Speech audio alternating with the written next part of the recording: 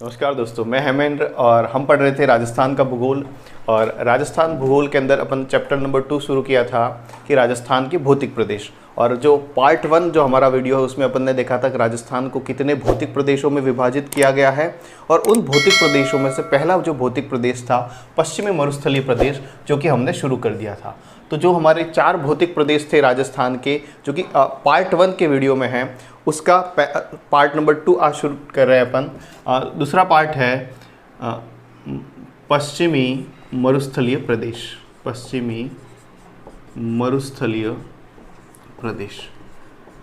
पश्चिमी मरुस्थलीय प्रदेश के बारे में सामान्य जानकारी जो थी वो अपन जो पार्ट 1 का वीडियो है उसमें पढ़ चुके हैं। आज अपन उसके आगे की बात करते हैं, पश्चिमी मरुस्थलीय प्रदेश को कितने भागों में विभाजित किया गया।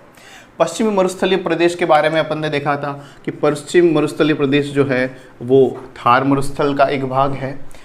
पश्चिमी मरुस्थलीय प्रदेश जो है, इस थार का निर्माण कैसे हुआ? तो तैथिस सागर जो था उसके अवतलन से,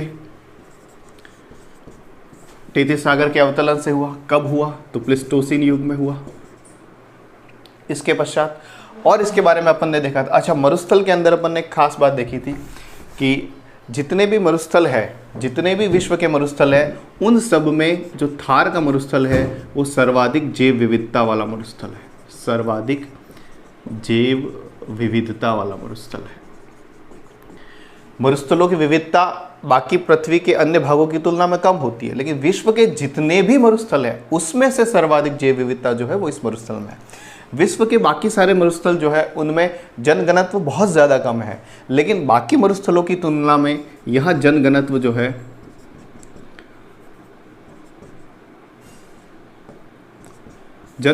है वो अधिक है। राजस्थान में तो सबसे कम है मरुस्थलीय भाग का, लेकिन विश्व के अन्य मरुस्थलों की तुलना में यहाँ जो जनघनत्व है वो थार के मरुस्थल में ज़्यादा है। ये हमारे लिए इसलिए उपयोगी है क्योंकि यहाँ से पेट्रोलियम प्राप्त होता है, यहाँ से कोयला प्राप्त होता है। इसके पश्चात यहाँ से सौर ऊर्जा उत्पादन हो, बहुत ज़्यादा सौर ऊर्जा की संभावना है, इसलिए इसको विश्व का शक्ति गृह भी कहते हैं। और राजस्थान वैसे ही भारत में पहले स्थान पर है सौर ऊर्जा उत्पादन में। तो ये सारा परिचय अपन कल देख चुके थे कि थार का मरुस्थल जो है वो पश्चिमी मरुस्थलीय प्रदेश है। और पश्चिमी मरुस्थलीय प्रदेश में कुल 12 जिले आते हैं। राजस्थान के 12 ऐसे जिले हैं जिनको मरुस्थलीय जिलों के रूप में जाना जाता है। कौन कौन से जिले एक बार देख लेते हैं। सबसे ऊपर से शुरू करते हैं। श्रीगंगानगर, हनुमानगढ़, 2 जिले हो गए। फिर बॉर्डर के डिस्ट्रिक्ट देख लेते हैं। जैसलमेर, बीकानेर, श्रीगंगानगर, हनुमानगढ़, जैसलमेर, बीकानेर। बीकानेर के पश्चात में बाड़मेर, बाड़मेर के पश्चात में जालोर, जालोर के बाद में अपन बात करें तो जोधपुर, जोधपुर के पश्चात अपन बात करें तो पाली। 3 शेखावटी के जिले, चूरू, सीकर और झुंझुनू। कितने हो गए? 1 2 3 4 5 6 7 8 9 10 11 और 1 हो गया नागौर। तो मूलतः इन 12 जिलों को अपने मरुस्थलीय जिलों में शामिल किया जाता है। कौन कौन से? श्रीगंगानगर, हनुमानगढ़ को याद रख लो। बॉर्डर के ऊपर स्थित जैसलमेर, बीकानेर, बाड़मेर ध्यान रख दो। 3 शेखावटी के याद रखने ने, चूरू, सीकर, झुंझुनू। इसके बाद में मध्यवर्ती में जोधपुर है, पाली है और नागौर है और जालोर। ये इतने, सिरोही जिला जो है वो इसमें सम्मिलित नहीं होता है। ये जो 12 जिले हैं वो पश्चिमी मरुस्थलीय प्रदेश का भाग है। अब पश्चिमी मरुस्थलीय प्रदेश जो है, इस पश्चिमी मरुस्थलीय प्रदेश को मूल रूप से 2 भागों में विभाजित किया गया है, जिसके बारे में कल अपन ने देखा था। 2 भाग कौन से? एक तो हो गया शुष्कतम प्रदेश और दूसरा हो गया अर्धशुष्क प्रदेश। अर्धशुष्क प्रदेश को किस प्रकार से बांटा गया है? तो जहां पर 25 से 50 सेंटीमीटर वर्षा होती है वो है अर्धशुष्क प्रदेश, और वह क्षेत्र जहां 25 सेंटीमीटर से कम वर्षा होती है, यानी 250 mm से कम या 25 सेंटीमीटर से कम वर्षा होती है, वो कहलाता है शुष्कतम प्रदेश। इस शुष्कतम प्रदेश को फिर से 2 भागों में विभाजित किया गया है। एक है बालू का स्तूप युक्त प्रदेश और दूसरा है बालू का स्तूप मुक्त प्रदेश। और अर्धशुष्क प्रदेश को फिर से 4 भागों में बांटा गया है, गग्गर बेसिन, शेखावटी बेसिन, नागौर उच्च भूमि, और चौथा जो भाग है इसका वो है लूणी बेसिन। तो अभी अपन पहले शुष्कतम प्रदेश पढ़ते हैं। शुष्कतम प्रदेश में बालू का स्तूप मुक्त, बालू का स्तूप युक्त पढ़ते हैं, फिर अर्धशुष्क में ये सारे भाग पढ़ते हैं। तो आइए शुरू करते हैं। शुष्कतम प्रदेश। शुष्कतम प्रदेश जो है वो ये राजस्थान है, ये पश्चिमी राजस्थान है, और ये पश्चिमी राजस्थान है। तो ये जो पूरा राजस्थान है, ये तो पूरा हो गया पश्चिमी मरुस्थलीय प्रदेश। ये 50 सेंटीमीटर वर्षा रेखा है। अब इसका ये जो भाग है वो है शुष्कतम प्रदेश, और ये जो रेखा है वो है 25 सेंटीमीटर वर्षा रेखा। 25 सेंटीमीटर वर्षा रेखा ने पश्चिमी मरुस्थलीय प्रदेश को 2 भागों में बांटा है, अर्धशुष्क और शुष्कतम। शुष्कतम प्रदेश में क्या आ रहा है, तो जैसलमेर जिला पूरा, फिर है दक्षिणी पश्चिमी बीकानेर, थोड़ा सा पश्चिमी नागौर भी आता है, इसके पश्चात में पश्चिमी जोधपुर और उत्तर पश्चिमी बाड़मेर। ये वो जिले हैं जो कि शुष्कतम प्रदेश के अंतर्गत गिने जाते हैं, और यहाँ पर 25 सेंटीमीटर से कम वर्षा रेखा होती है। 25 सेंटीमीटर से बॉर्डर तक के जिले हैं। अब 25 सेंटीमीटर को 2 भागों में विभाजित किया गया है, जिसमें एक है बालू का स्तूप मुक्त क्षेत्र और दूसरा है बालू का स्तूप युक्त क्षेत्र। तो अपन इसमें पहला बात करते हैं बालू का स्तूप मुक्त प्रदेश। बालू का स्तूप मुक्त प्रदेश। बालू का स्तूप का मतलब हो गया रेत के टीले या रेत के धोरे, और मुक्त यानी कि वहाँ पर बालू का स्तूप नहीं है, रेत के टीले या रेत के धोरे नहीं है। अब रेत के टीले और धोरे नहीं है तो रेगिस्तान में क्या होगा, उसके स्थान पर पथरीली चट्टानें होंगी। तो ये जो बालू का स्तूप मुक्त क्षेत्र है वो खास करके पोखरण, दूसरा है बालोतरा और तीसरा है फलोदी।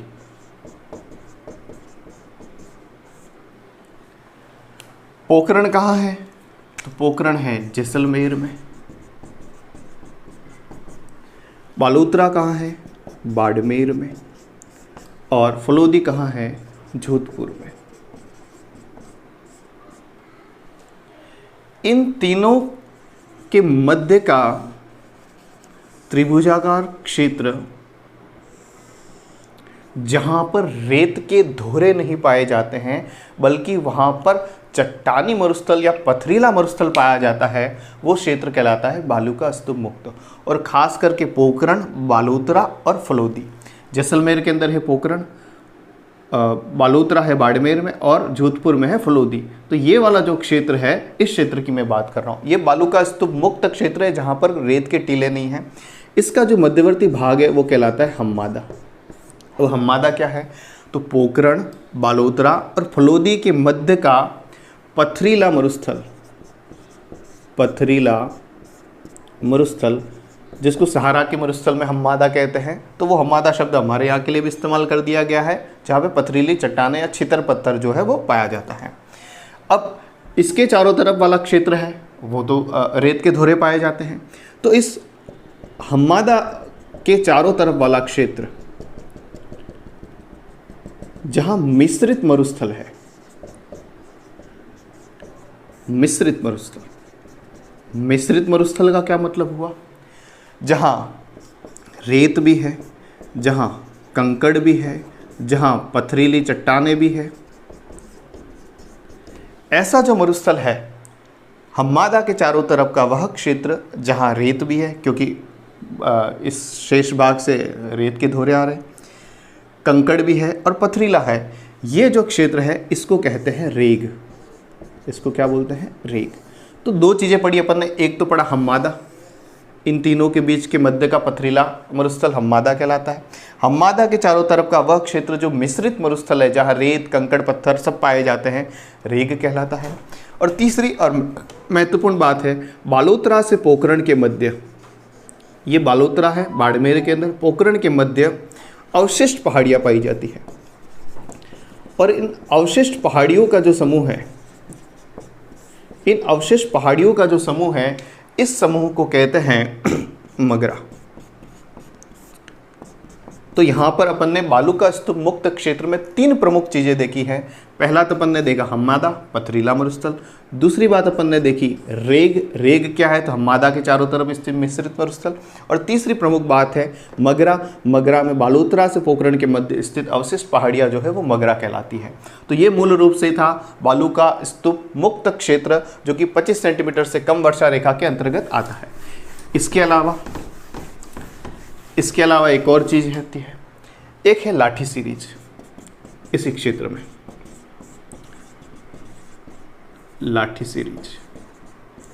लाठी सीरीज क्या है? तो पोखरण से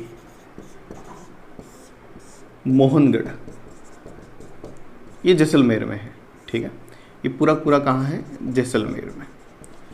पोखरण से मोहनगढ़ के मध्य भूमिगत जलपट्टी है। भूमिगत जलपट्टी है, चट्टानें हैं भूमि के अंदर, और उसके नीचे जल की एक पट्टी पाई जाती है, जहाँ पर नीचे भूमिगत जल जो है वो प्रचुर मात्रा में उपलब्ध है, ठीक है। उस क्षेत्र को क्या कहते हैं? लाठी सीरीज कहते हैं। लाठी सीरीज की जो एक खास विशेषता वो ये है कि इस क्षेत्र में सेवण घास पाई जाती है। सेवण घास का वैज्ञानिक नाम क्या है? तो लस्यूरस सिंडिकस। ये याद रखना, कई परीक्षाओं में पूछा गया है। तो लाठी सीरीज क्या है? पोखरण से मोहनगढ़ के मध्य क्या है? भूमिगत जल पट्टी, यानी भूमिगत जल की उपलब्धता जो है वो बहुत अधिक है। सेवण घास है, जिसको कहते हैं लस्यूरस सिंडिकस, और सेवण घास जो है वो सर्वाधिक प्रोटीन वाली घास है। रेगिस्तान में ऐसे घास के मैदान पाए जाते हैं, या फिर उद्यान जो पाए जाते हैं उनको नखलिस्तान बोलते हैं। तो इस क्षेत्र में नखलिस्तान, या जिसको ओएसिन कहते हैं, वो भी मौजूद है। लाठी सीरीज में इसके अलावा यहाँ पे गोडावण पक्षी भी पाया जाता है। इसी क्षेत्र में, इसी जैसलमेर में अपने आकल वुड फॉसिल पार्क है।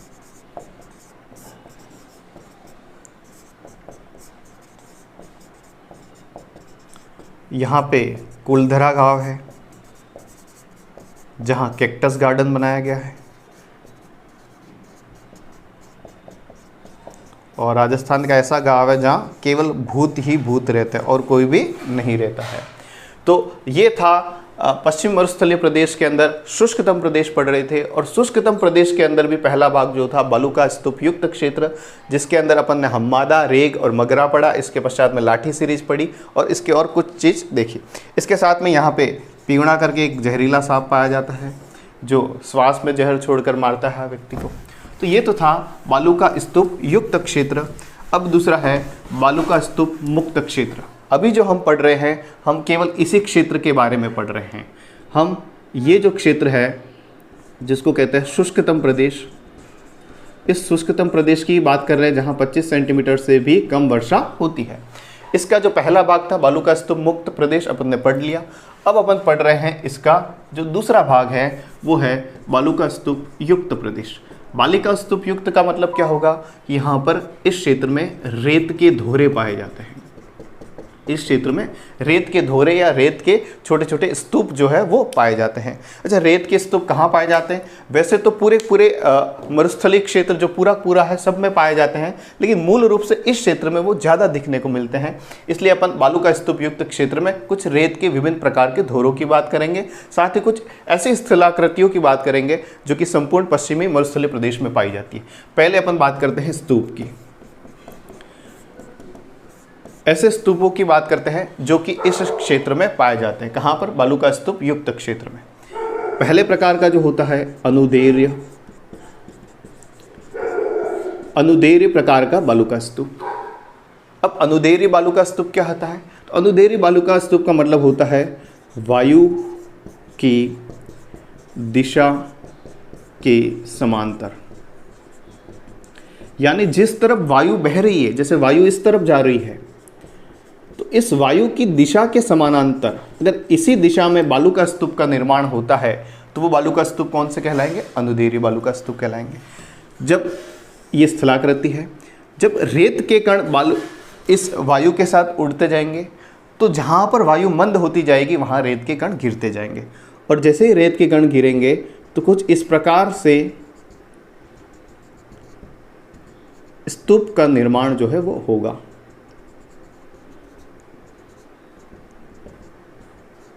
और इस स्तूप की विशेषता है, एक तो वायु की दिशा के समानांतर है, दूसरी बात है इसका एक भाग, एक ढाल जो है वो तो काफ़ी मंद है और दूसरा ढाल जो है वो तीव्र है। इस प्रकार का जो पवन की दिशा के जो विमुख सामने की आगे की तरफ है वो भाग जो है तीव्र है, और पवन की जो दिशा है जहाँ से ये शुरू होते हैं वो मंद ढाल होता है। और ये जो बालू का स्तूप है लगभग संपूर्ण पश्चिमी राजस्थान में पाए जाते हैं। जैसलमेर पूरे जिले में इस प्रकार के बालू का स्तूप देखने को मिलते हैं, पश्चिमी जोधपुर में इस प्रकार के बालू का स्तूप देखने को मिलते हैं, बीकानेर के अंदर इस प्रकार के बालू का स्तूप देखने मिलते हैं, और एक सूरतगढ़ को ध्यान रखना है, वहाँ पर भी इस प्रकार के बालू का स्तूप देखने मिलते हैं। तो बालू का स्तूप के जो प्रकार होते हैं उसमें से एक ये प्रकार था अनुदैर्घ्य बालू का स्तूप। अब और दूसरे प्रकार के बालू का स्तूप की बात करते हैं। दूसरे प्रकार का बालू का स्तूप है अनुप्रस्थ बालू का स्तूप। अनुप्रस्थ बालू का स्तूप ये क्या होता है? तो वायु की दिशा के समानांतर बनते हैं, वायु की दिशा के लंबवत बनते हैं, समानांतर नहीं बनते, लंबवत बनते हैं। यानी वायु इस दिशा में बह रही है और उसके सामने कोई अवरोध आ जाए तो उसके सामने की तरफ इस अवरोध के कारण वायु की दिशा के लंबवत, वायु इस दिशा में बह रही है और इसका निर्माण इस तरफ हो रहा है, यानी कि ये समकोण पर निर्माण होता रहा है। इसलिए अपन के कहते हैं वायु की दिशा के लंबवत जो है जिस बालू का स्तूप का निर्माण होता है उसे अनुप्रस्थ बालू का स्तूप कहते हैं। ये भी संपूर्ण पश्चिमी राजस्थान में देखने को मिलते हैं।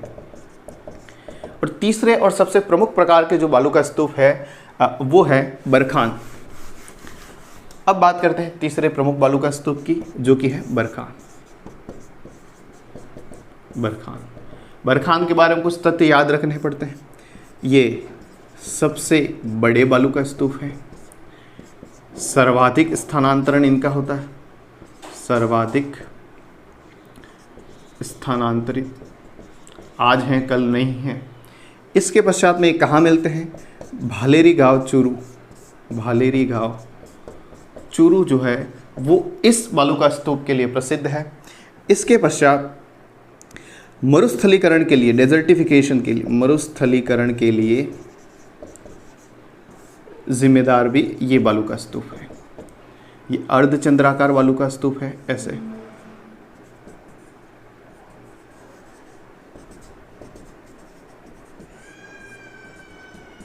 इस प्रकार के बालू का स्तूप है और ये बड़े बड़े बालू का स्तूप है, स्थानांतरित बालू का स्तूप है। भालेरी गांव चूरू इसके लिए प्रसिद्ध है, और क्योंकि इसमें रेत बहुत दूर दूर तक जाती है इसलिए ये मरुस्थलीकरण को और ज़्यादा बढ़ाते हैं। बरखान के पश्चात एक और बालू का स्तूप होते हैं जिसको अपन कहते हैं शिव। शिव में क्या होता है? बरखान का एक चंद्र का अर्धचंद्राकार अगर इसका एक भाग नहीं होता है, इस प्रकार का जो बालू का स्तूप होता है इसका एक भाग जो होता है वो कम हो जाता है, तो इस प्रकार का जो बालू का स्तूप होता है वो शिव प्रकार का बालू का स्तूप कहलाता है। इसके पश्चात में एक और प्रकार के बालू का स्तूप होते हैं जिसको अपन कहते हैं शब्र काफिज। शब्र काफिज, शब्र उर्दू शब्द है जिसका अर्थ होता है झाड़ियाँ। तो ऐसे बालू का स्तूप जिनका निर्माण झाड़ियों के सहारे होता है, झाड़ियों के सहारे, यानी ये झाड़ियाँ उगी हुई है, ये झाड़ियाँ उगी हुई है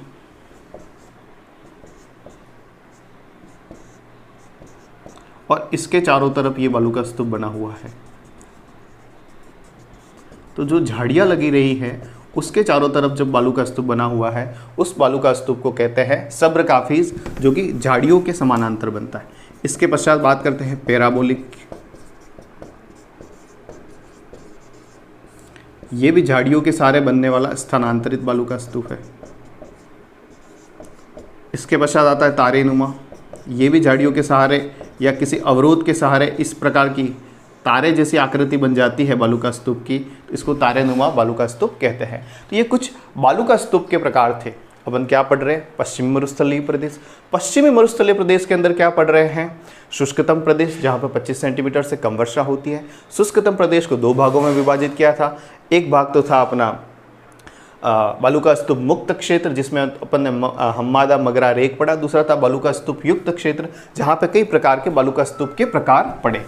इन बालू का स्तूप के प्रकार के अतिरिक्त कुछ और चीज़ें हैं जो कि मरुस्थल से संबंधित हैं, जो कि इस संपूर्ण जो पश्चिम मरुस्थलीय क्षेत्र है उससे संबंधित है। उनके बारे में भी देख लेते हैं। इर्ग, प्लाया, बालसन, धरियन, टाट या फिर टाड या फिर डाड, इसके पश्चात में रन, कारवा। ये कुछ प्रमुख शब्द है जो कि इस्तेमाल होते हैं पूरे रेगिस्तानी या मरुस्थलीय प्रदेश के संदर्भ में। उनको देख लेते हैं। इर्ग क्या होता है? लहरदार रेतीला मरुस्थल।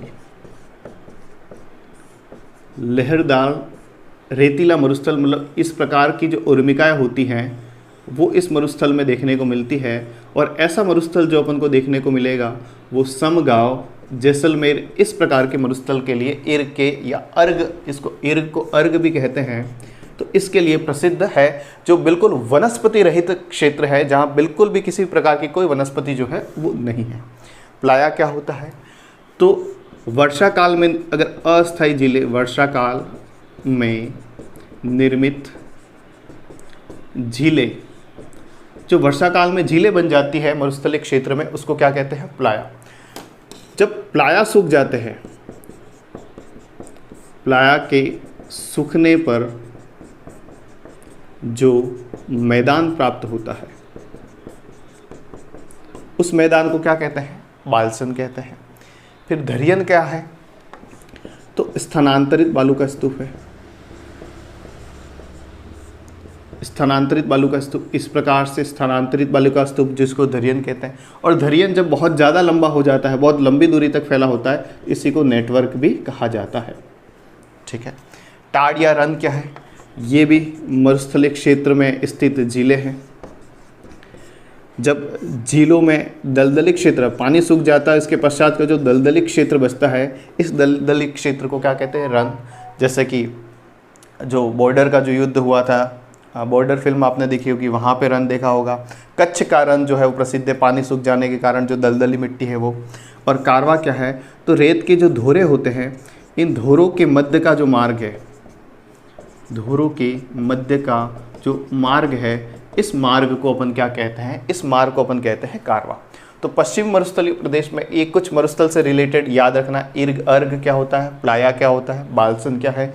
दरियन क्या है? टाड़ क्या है? रन क्या है? कारवा क्या है? इसके पश्चात पश्चिमी मरुस्थलीय प्रदेश का जो दूसरा भाग है उसको अपन अगले पार्ट में देखेंगे। पश्चिमी मरुस्थलीय प्रदेश को 2 भागों में विभाजित किया। एक शुष्कतम प्रदेश को अपन ने जिसमें कहा था कि 25 सेंटीमीटर से कम वर्षा होती है, वो शुष्कतम प्रदेश है। इसी का जो दूसरा भाग है वो है अर्ध शुष्क प्रदेश।